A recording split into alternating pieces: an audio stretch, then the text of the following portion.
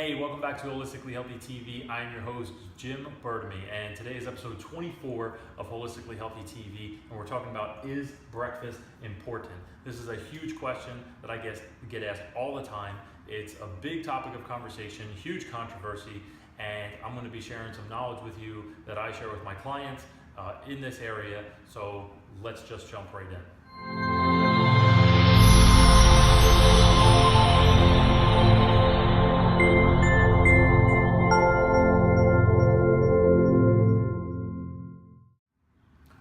So the first piece that we're going to talk about is breakfast important? And the answer is yes. Overall, it's yes. We're going to get into why, but basically just know that your mother was right. It is the most important meal of the day. And one of the reasons it's the most important meal of the day is that because you're literally, just as the word says that everybody's seen before or heard before, is that you're breaking a fast. Break fast, okay?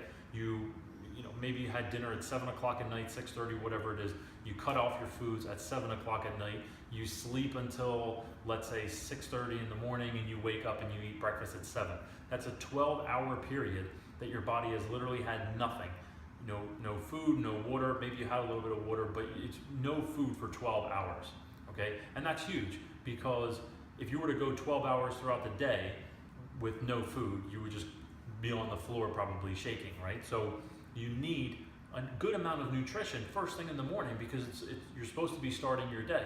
Okay, so we're going to be getting to a little bit of that stuff later. So I'm just going to show you how to structure it and how people can really not even have to change their entire meal plan or food plan or anything like that. All you're going to have to do is just structure your meals a little bit differently, but you're going to come out with the same outcome, and I'll explain what I mean in a second. So yes, breakfast is extremely important because you need to have certain things high in the morning to keep you alert, to keep you awake, and also to keep you satiated up until the point that it's lunchtime, okay? So this is a little diagram that I drew out for you. This is typical of what people do for breakfast or in just the rest of their meals throughout the day, and why it's typical. And then this is something that I'm going to propose that you try out if you fall into this realm. Okay, so typically, people will have a very, very small breakfast. We live in a very fast-paced world. Everybody's in a rush to get out the door, to get to work, or drop the kids off, whatever they got to do. So breakfast is usually really, really small. And we're going to say that this is a 2,500 calorie diet or meal plan, okay? So out of 2,500 calories, all of these add up to 2,500. Breakfast, let's say, is 200, which actually sometimes isn't really far-fetched for people. Most people have a coffee and maybe a Pop-Tart, or a coffee and maybe even nothing else, or maybe a bar, or whatever it is. But let's just say it's very, very small, or even a piece of fruit, something like that. Let's just say it's 200 calories. Then if somebody's having a snack, and some people won't even implement this into their regimen through the day, but if you are incorporating a snack, let's just say the snack would be like 250 calories, okay? So then you have lunch, which is, pretty moderate size. You're having 600 calories. Now, I'm not a big advocate of counting calories and really keeping track of all of it. I feel like it's a lot of work, and I feel like it's unnecessarily special, especially with the way that I teach my clients how to listen to their bodies, how to track how they're feeling from their food, et cetera, et cetera. So I don't really keep track of all this, but I'm just using this as an example for you. So lunch, let's say, is 600 calories. You have another snack, it's 250 calories. Okay, so if we add up all of these, that's really not a whole lot that we've had throughout the day. So all of a sudden, dinner, we're starving when we get home, and we need 1,200 calories. And typically that's a little bit more than probably what our body wants, but it's probably what our body needs, just usually not all at one time. So we have this big, gigantic, huge dinner around 6:30, 7 o'clock, whatever time you eat dinner. And now your body has all of this work to do, because now it just has 1,200 calories that it just ate. And it's supposed to be getting ready for bed in around 3.5 to 3 hours, and it's supposed to be slowing down the metabolism to allow you to last 12 hours in between your meals, right? Or so you can sleep throughout the night, so you don't have to wake up in the middle of the night and continue to eat. But now it has all this work to do before all of that is supposed to happen. So that's usually not the best scenario. So if this is you, the way when I was taught this diagram is that the depiction of this diagram was actually a person, and it almost kind of takes the shape of the person's body. So the little head would be up here, you got a little couple arms sticking out here, and they got nice wide hips down here, and then you kind of couple legs sticking out right there, right? So it almost like, kind of takes the shape of the person's body because they're eating 2,500 calories, but it's completely in the wrong way, wrong proportions, etc. So again, if this is you, maybe try adopting this kind of eating style, eating habit, where you're still doing 2,500 calories, there's no difference, but we're flipping the pyramid upside down, and now you're having more of your calories in the morning, 800 calories in the morning, let's say. We're gonna keep the snacks and the lunch exactly the same, just to keep it real simple from this example over here. So you got 800 calories in the morning, 250 calorie snack, 600 calorie lunch, 250 calorie snack again, but then only a 600 calorie lunch.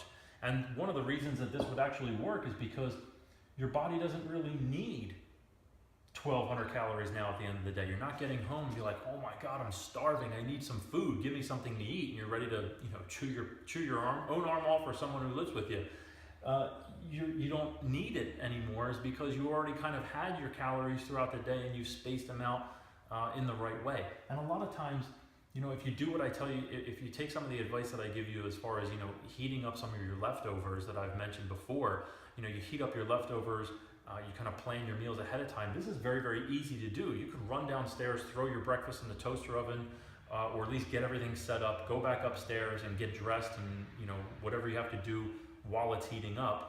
And, a toaster oven has a timer on it, so if you just turn it on 5-10 minutes, you don't have to worry about it staying on, and, some people are worried about fires or whatever it is. So you have this laid out for you, and now you're having a lot less digestive stress put into the system at nighttime, because now you're going to be able to only have to digest half of that, and your body will not have to store or hold on to as much, okay? So both of them 2,500 calories, but just structured in a completely different way. So breakfast now becomes the biggest portion of the day, and I'm going to show you why in a second, why this is important. So breakfast becomes the biggest portion, snack stays the same, lunch also stays the same too, right? Still 600 calorie lunch.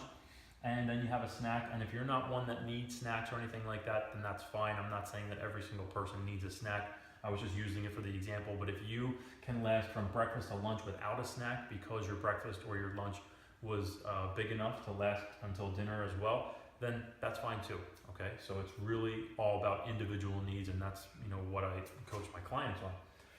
So the reason that it's good to have 800 calories in the morning, and also, no matter what your metabolic type is or what your dietary needs are, it's good to have a nice amount of fat and protein in the morning, whatever that looks like for you, whether it's in the form of oil or animal fat, or from beans or something like that. So it's good to have protein and fat in the morning, because that's going to help set you up for the day by increasing your amino acids in the morning, and also increasing your neurotransmitters, specifically serotonin and dopamine.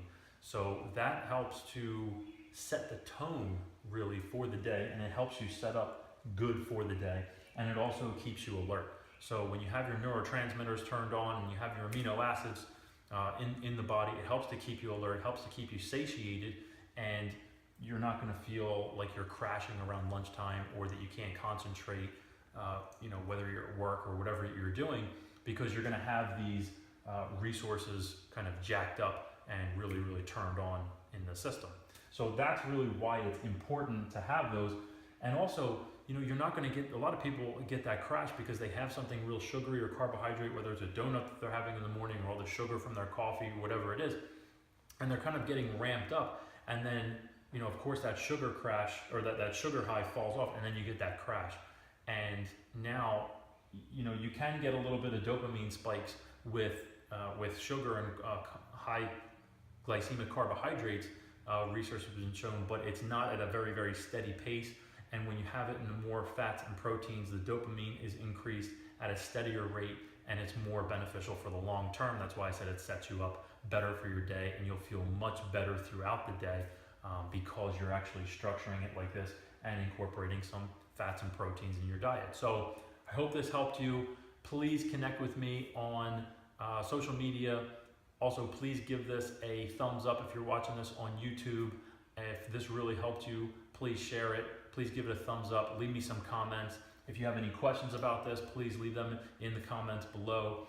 If you would like to see anything else, whether it's deeper about this or just more about nutrition or anything related to health, wellness, etc., fitness, please leave it in the comments below. I'd love to be able to share that knowledge with you. So let me know what you're looking for, what you would like to learn more of, and I'd be happy to provide that. Question of the day for you. I want to know what you guys are going to do for the upcoming Father's Day, which is this weekend. So I'd like to know what you're doing for Father's Day. Leave that in the comments below, and make sure to tune in next time, because together, you and I, we're getting healthier every day.